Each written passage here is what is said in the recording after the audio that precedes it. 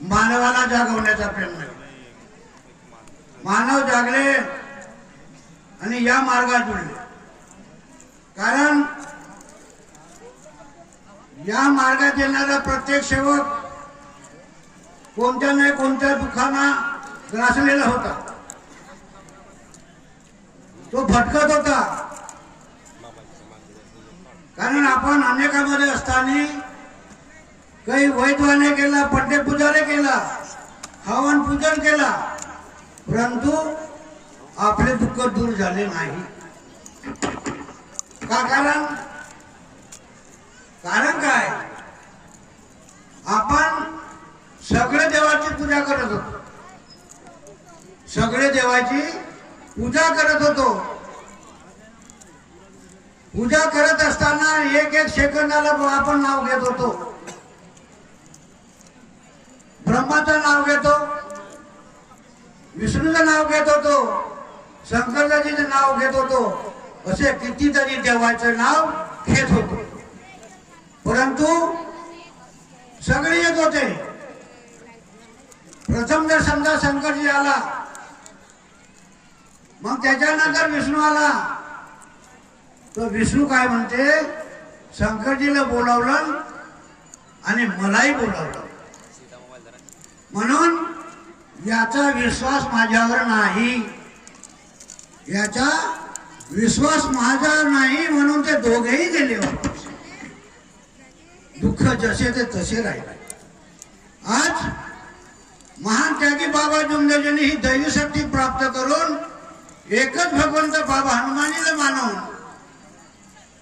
आपण आपल्या कुटुंबामध्ये ज्या दिवशी भगवंताची ज्योत लावली, त्या दिवशी भगवंताची ज्योत लावली, त्या दिवसापासून दुःख दूर होणं सुरू झालं। ही अशी दैवी शक्ती आहे। या दैवी शक्तीला टिकवून ठेवण्यासाठी बाबाने दिलेले नियमाप्रमाणे वागणे आहे। बाबाने सांगितलंय, या मार्गात येणारा माझा सेवक कधीही दुःखी राहू शकत नाही। राहिला असेल तर आपल्या कर्मभोगाला, कर्मभोग आणि कर्मयोग, आपण अनेकांमध्ये असतो, मार्गात नव्हतो त्यावेळेस आपण आपल्या कर्माला भोगत होतो, परंतु ज्या दिवशी या मार्गात जुळलो, भगवंताची ज्योत आपल्या कुटुंबात लावला, त्या दिवसापासून आपलं दुःख दूर झालं, भोग योग मिळाला। अशी ही दैवी शक्ती आहे। या मार्गात हजारो लोक आले, करोडो लोक आले। कसे आले? हजारो लोक आले, परंतु हे 12 घाटात पाणी पिणारे लोक आले। असा सरळ सुद्धा माणूस कोणी या मार्गात जुळला नाही।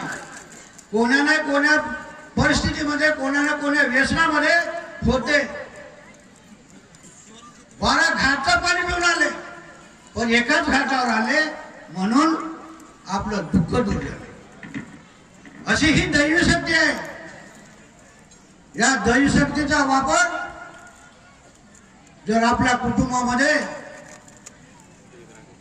बाबांनी दिलेल्या शिकवणीप्रमाणे जर केला, तर आपण कधीही मागे राहू शकणार नाही, कधीही मागे राहू शकणार नाही। या मार्गात बाबा म्हणत, या मार्गात जुळणारा व्यक्ती कधी दुःखी राहू शकत आणि गरीब राहू शकत नाही ना। राहिला असेल तर आपल्या कर्मानं राहिला म्हणे। कोण म्हणे? बाबा म्हणत, आपल्या कर्मानं राहिला म्हणत।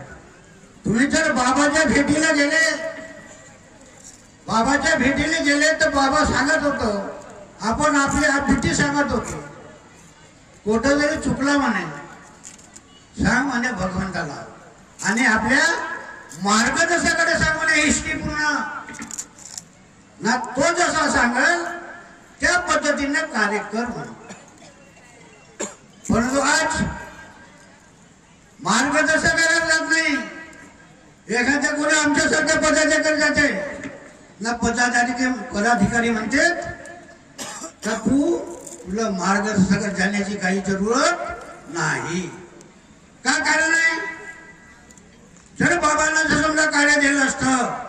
तर ह्या मार्गदर्शकाला अधिकार दिला नसता. हा मार्ग शब्दावर आहे. कोणी मार्गदर्शन अशी राग रांगोळी भूभूती दिली नाही तुम्हाला. का जा घे ना आपल्या घरी लावून टाक. शब्द आहे. शब्दही भगवान आहे, शब्दही शैतान आहे.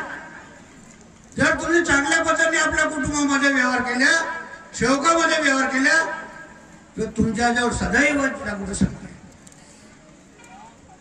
सदैव जागृत शक्ती आहे. जर तुम्ही कमी जास्त केल्या, काय होईल याची काही गॅरंटी नाही. No guarantee. कोण गॅरंटी देते?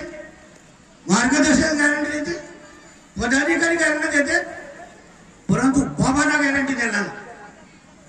जर माझा सेवक बाबाच्या शकुनपणे वागेल, त्याला काठाही सुद्धा करणार. एक तुम्हाला ह्या कारभाराची गोष्ट सांगतो.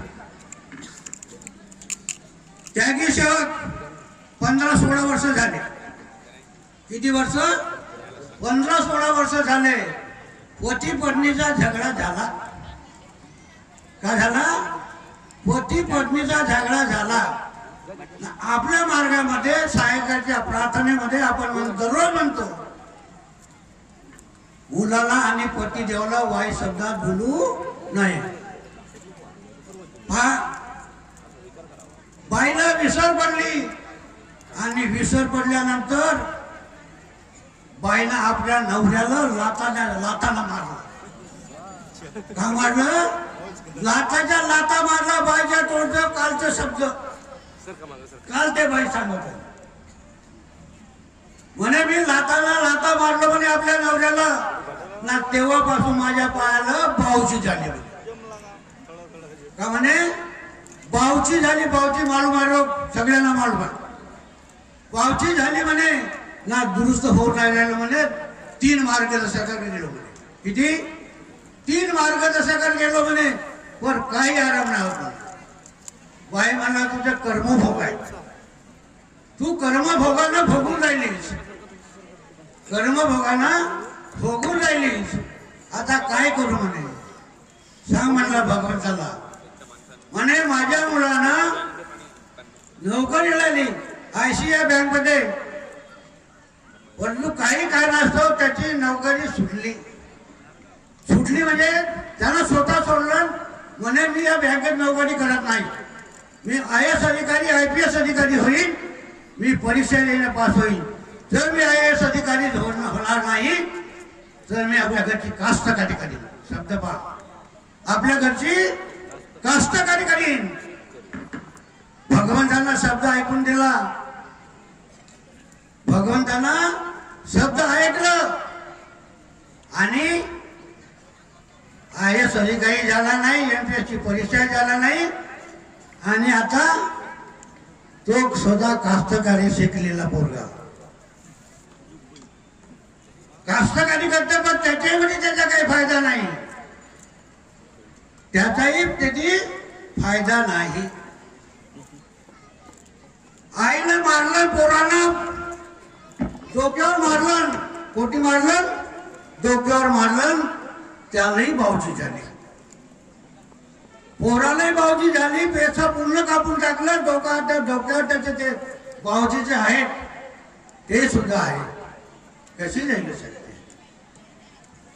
कशी जाईल शक्ती आहे? म्हणून बाबांनी नियम दिले, स्त्रियांनी मुलांना पतिदेवाला वाईट शब्दात बोलू नये. मुलं हे आपली संपत्ती आहे. तुमच्याजवळ सोना नाना धन दौलत पैशाचा कोणी विचारत नाही. फक्त विचारते तुमचं मुलं काय करतात. कोणी नोकरीला असेल, कोणी धंदा करत असेल, कोणी काय व्यवहार करत असेल, परंतु ह्या धनाला, ह्या मूल म्हणजे आपलं धन आहे, या धनाला गमावता कामा नाही. गमावता कामा नाही. ऐकून टाका तुम्ही सेवकिनी बायो, सेवकिनी भगिनीनो, ऐका. एका गावामध्ये त्यागी सेवक होता आणि त्याचा कुटुंब व्यवस्थित चालत होता, प्रपंच चांगला चालत होता, गुन्हा गोविंदाला नांदत होता, बाबाच्या शिकवणीप्रमाणे वागत होता. परंतु कर्मगती न्यारी काय करेल बुद्धी विचारी, कर्मगती न्यारी काय करेल बुद्धी विचारी. गावामध्ये उन्हाळ्याचा दिवस होता आणि आईस्क्रीम वाला विकायला लागला. ह्या 15 वर्षाच्या 20 वर्षाच्या अगोदर आईस्क्रीम वाला म्हणतो बर्फ, तो बर्फ एका डब्यामध्ये आले ना, त्या गावातल्या चौकामध्ये पोंग पोंग वाजवलं का लोक पोरं जमा होतात. पहा, उन्हाळ्याचा दिवस होता, त्या गावामध्ये बर्फ विकायला आला ना, त्यांना पोंग पोंग वाजवलं आणि बाकीचे पोरं धावत ज्याच्याजवळ पैसा होता त्यांना तो बर्फ आईस्क्रीम घेतला. त्याच्यामध्ये शेवकाचा मुलगा होता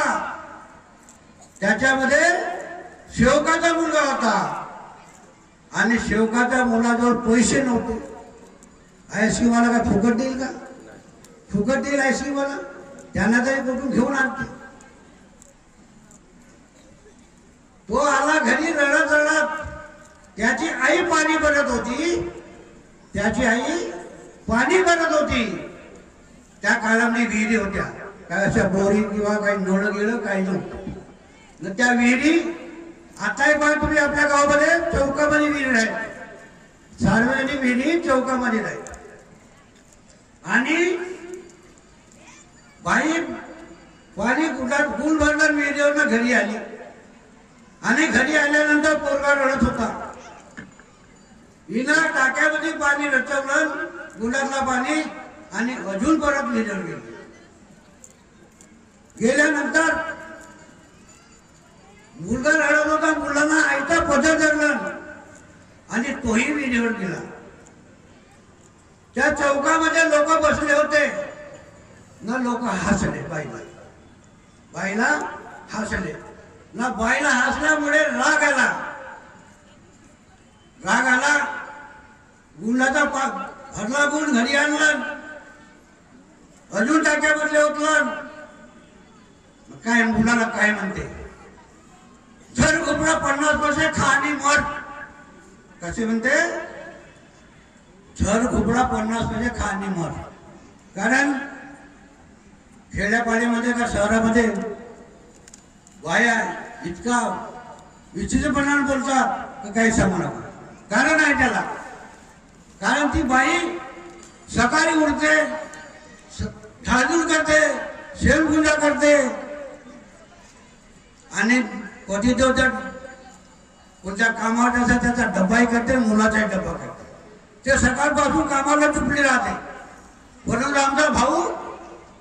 आमचा भाऊ पूजा केलं का जाते चौकामध्ये खर्रा खावाला ना, तिकडे खर्रा खायला राहते ना. तिकडून आला का बाईला 2 गोष्टी सांगतात. का झाला का स्वयंपाक, मला जायच्या ड्युटीवर, मला जायच्या कामावर. त्या बाईला काय वाटायचं नाही, हा रिकाम ठेवल्या माणूस खरा खावा जाते ना, बाहेर जाऊन 2 गोष्टी सुनावतो नाही. तसाच त्या मुलांना आईस्क्रीम घेतला. आईस्क्रीम घेतल्यानंतर मुलगा घरी आला ना, घराची पायरी असते, त्या पायरीवर खाल्लं आणि तो बेहोश पडला. का पडला? बेहोश पडला. तिकडून आली बाई, गुण घेऊन आली पाण्याचा. आता घंगरा आहे नाही तर पालते. पहिले गुंड होतं, माट्या गुंडावर डोका गुण मांडावं लाग. विमाट्या नव्हत्या बायला. आता हा माझ्या दुखते, तो माझ्या दुखते, तो माझ्या दुखते. काय कामच नाही हो ना. आयचा फ्रीज, आयचा काय मशीन आली. पहिले वाटला असा घटवलं. आता कुठे गरम. आता काही कामच नाही, काम नाही दुकान. म्हणून ते बाईना गुण आणलं, भरलं, गुण ठेवलं. तो मुलगा पायरीवर बसला झोपला होता. त्यावेळेस त्याची आई काय म्हणते, ती बाई शौकीनबाई, खाल्लास नाही ती झोपलास म्हणते, खाल्लास आणि एकटीच झोपलास, उठ म्हणजे ती. पण मुलगा चेत नाही ना मीठ नाही करी. बाईना गुण ठेवून दिलं ना, मुलाला हालावं लागलं तर मुलगा काही चेतना नाही. पहा शब्द कसा होता, हे घुबडा 50 पैसे खा आणि मठ. भगवंतानं शब्द ऐकून टाकला, भगवंताने शब्द ऐकून टाकला आणि तेच घटना कुटुंबात घडली. बाई आली उठवते तर काय उठे नाही पोरगा. आईची माया फार मऊ असते, मायाळ असते. काही पोराला झाला तर पहिले बाईच्या डोळ्यातून असून पडतो. त्या मुलाला उचलून रडू लागली, का झाला का नाही म्हणून. आजूबाजूचे गावातले लोक जमले तिच्या घरासमोर, जमले आणि पाहू लागले, बाबा आताच तर मुलगा खेळत होता, आताच का झाल्याच्या कुटुंबात. बाई रडत होती, लोक घरासमोर जमले होते ना. आमचा भाऊ सेवक भाऊ 10 मिनिटाच्या अगोदर खरला खावाला हाटील नाही गेला होता पांढरीला. एक अनेक वाला म्हणते, अरे म्हणते तुझा मुलगा बोलून नाही राहिला, तुझी पत्नी रडून राहिली. तुझ्या घरासमोर 50 लोक जमले आहेत. पण या भाऊला खरं वाटलं नाही, कारण हा भाऊ 10 मिनिटाच्या अगोदर पाठील्यावर गेला होता. नाही का म्हणते जा म्हणते तू, तो म्हणते का मला काय एप्रिल फुल बनवतेस का म्हणते तू, का म्हणते तू मला म्हणते एप्रिल फुल बनवतेस. मी आता 10 मिनिटाच्या आलो ना, खरंच होत जाऊ म्हणते त्यानंतर म्हणजे त्यांना. नाही जाऊन पहा म्हणते. खरोखर आला घरी आला. बाई रडत होते, लोक 50 जमले होते. शेवकीन बाईला काय म्हणते, भाऊ म्हणते काही बोललीस का असा झाला. बाईची सवय असते, लक्षात ठेवा, पहिले खोटा बोलून येते ना मग खरी बोलते. हे बघ काय का म्हणते, मी कायला माया बोलून म्हणते, काहीच नाही बोललो माया म्हणते, काहीच बोललो नाही माय म्हणते, मी कायला बोललो. बोल म्हणते मी पाणी भरत होतो, तिकडून आला आईस्क्रीमवाला ना, याच्या जवळ पैसे हरवण्याचा झाला, माझा पद धरून विहिरीवर आला म्हणजे ना. तेथी लोक बसले होते लोक, मला हसलं म्हणते, मला राग आला म्हणते. आलो घरी म्हणते, याला 50 पैसे दिलो म्हणते. का म्हणलो म्हणते, घरघुबरा 50 पैसे खा आणि मठ. वा शेवकीन बाई म्हणते, तू त्यागी आहेस, सगळं लोकांना ज्ञान सांगतेस, ना तू तशी केलीस. पहा शब्द भगवंतानं ऐकून टाकलं. भाऊलाही विचारायला, भाऊनं आपल्या मुलाला भगवंताच्या प्रतिमेजवळ ठेवून दिलं, कारण आपला भगवंत दयाळू आहे. इलेक्ट्रिकसारखा करंट लावते आणि दया करते. भगवंतासमोर झोपून दिलं तर दोघं पती पत्नीनं माफी मागितली. पहिल्या तीर्थामध्ये चेतना आली. दुसऱ्या वेळेस थोडा हालचाल झाला ना, तिसऱ्या वेळेस उठून बसला. म्हणून बाबा म्हणे, जर चुकी झाली असेल तर एका तासानं माफी मागा भगवंताला. भगवंत आपला दयाळू आहे, भगवंत आपला दयाळू आहे. सांगण्याचा अर्थ असा का स्त्रियांनी मुला आणि पती देवाला वाईट शब्दात बोलू नये, हा आपला नियम आहे. त्या बाईनं लाता मारला नवऱ्याला, तिला पावशी झाली, हिना पोराला बोललं बेहोश पडला. परंतु भगवंत दयाळू आहे, त्याला चेतना दिलं आणि खेळावं लागलं. अशी ही दैवी शक्ती आहे. परंतु आपल्याला त्याचा विचार करणे फार महत्वाचे आहे. आपण मार्गात आलो, मार्गात आल्यानंतर आपल्या बाबाने सांगितले, आपण बाबाच्या आदेशाचे वेळोवेळी पालन करा. सायंकाळच्या प्रार्थनेमध्ये म्हणतो, बाबाच्या आदेशाचे वेळोवेळी पालन करीन. होते का नाही होते हे तुम्हाला माहिती. कारण प्रत्येक गावामध्ये चर्चा बैठक होते, प्रत्येक गावामध्ये चर्चा बैठक होते आणि चर्चा बैठकीला जाण्यासाठी आपण नफरत करतो. मगाने एक सेवकाला कार्यगावला बाईला म्हणलं जातेस का तू चर्चा बैठक, तिला खालचा मान टाकली तर वरता करत होते. काहीला खालचा मान टाकली बाई म्हणतो चांगला म्हणतो खरी काय खोटी येतो. किती घा कुटुंबात आहा म्हणतो तुम्ही, दोघच नवरा बायको म्हणते ना, 2-3 वर्षाचा पोरगा आहे म्हणतो. तू कुठे जातेस म्हणलो कामाला, नाही म्हणे मी कुठेच नाही घरीच राहतो. म्हणजे तू आता खातेस आराम दे नाही का. पण तू शनिवारा दिवशी म्हणलो तुला शनिवारा दिवशी लवकर स्वयंपाक बनव ना, आपल्या पतिदेवाला घेऊन जा, त्याचा हात धरून खिसाचा गच्चाच्या बॉटलला जाऊ भोजेमध्ये पुढेवर करीन. तसाच एक कुटुंब होता गुरुजी. आता माझ्या अगोदर गुरुजीच बोलले, हे हुशार राहतात गुरुजी लोक. काही सांगा ना, काही कविता करतील तर काही करतील, काही ना काही कवी म्हणजे हे कवीच राहतात गुरुजी लोक. कारण हुशार राहते, ह्या शेमळ्या पोराला शिकवतात, मोठ्या बाच्यावर शिकवतात का, शेमळ्या पोराला शिकवतात, याची काय जास्त काय.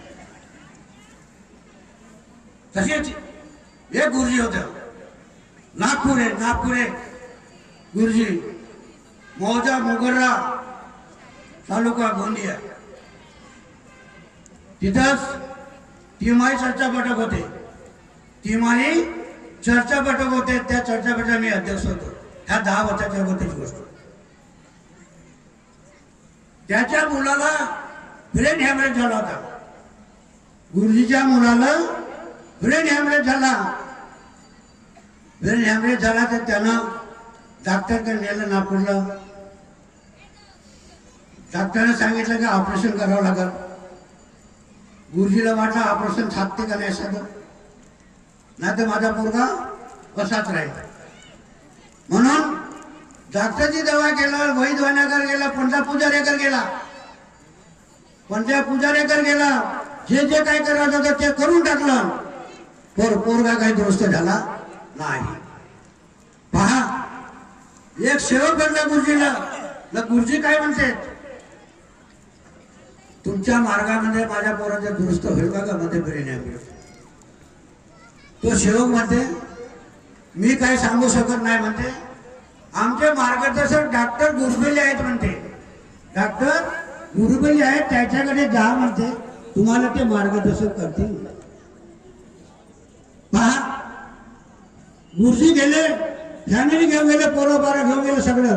2 पोरं 1 पोरी, 2 जण ते गेल्यानंतर आपली अपिती मार्गदर्शक डॉक्टर गुरुबेलीला सांगितलं मार्गदर्शक होते. आता बघा ते भगवंतांनी विलीन झाले, त्यांचा मुलगा आता मार्गदर्शक आहे. विलीन तर गेले, आपली अपिती सांगितली, आपलं दुःख सांगितलं आणि सांगितल्यानंतर म्हणे माझ्या मुला असा ब्रेन हॅमरेज झालेला आहे, औषध उपचार केलो पर काही आराम झाला, काही डॉक्टर वैद्यनाकडे गेलो पर काही आराम झाला नाही. ठीक आहे म्हणजे भगवंताची काय घडवत भगवंत आहे, मी कोणी नाही म्हणे, भगवंत आहे तो. त्याच्याजवळ सगळी दवा आहे, त्याच्याजवळ सगळी दवा आहे. काय घडवत हे मी सांगू शकत नाही म्हणे. परंतु तुम्ही म्हणे 7 दिवसाचे कार्य करा. किती दिवसाचे? 7 दिवसाचे कार्य करा. भगवंताची ज्योत लावली गुरुजीनं, भगवंताची ज्योत लागली 7 दिवसापर्यंत काही नाही आराम. ज्यावेळेस 7व्या दिवशी भगवानाला ज्योत लावली, सायंकाळची प्रार्थना केली ना, मुलगा खाटेवर झोपला होता, मुलगा खाटेवर झोपला होता आणि झोपता झोपता त्याच्या कानातून बोटा एवढी अडी पडली. काय पडली? बोटा एवढी अडी पडली. कोणा ऑपरेशन केलं? कोणा ऑपरेशन केलं? त्या भगवंतानं ऑपरेशन केलं. एवढी मोठी ही दैवी शक्ती आहे. पहा, दुसऱ्या दिवशी गेला, मस्त तंदुरुस्त होऊन गेला, काही नाही. अजून कार्य घ्यावा गेला, कार्य घेत राहिला 1 वर्ष. आणि पोरा बारा घेऊन बोलू नका, तुम्ही काय बोलावलेलं नाही इथं.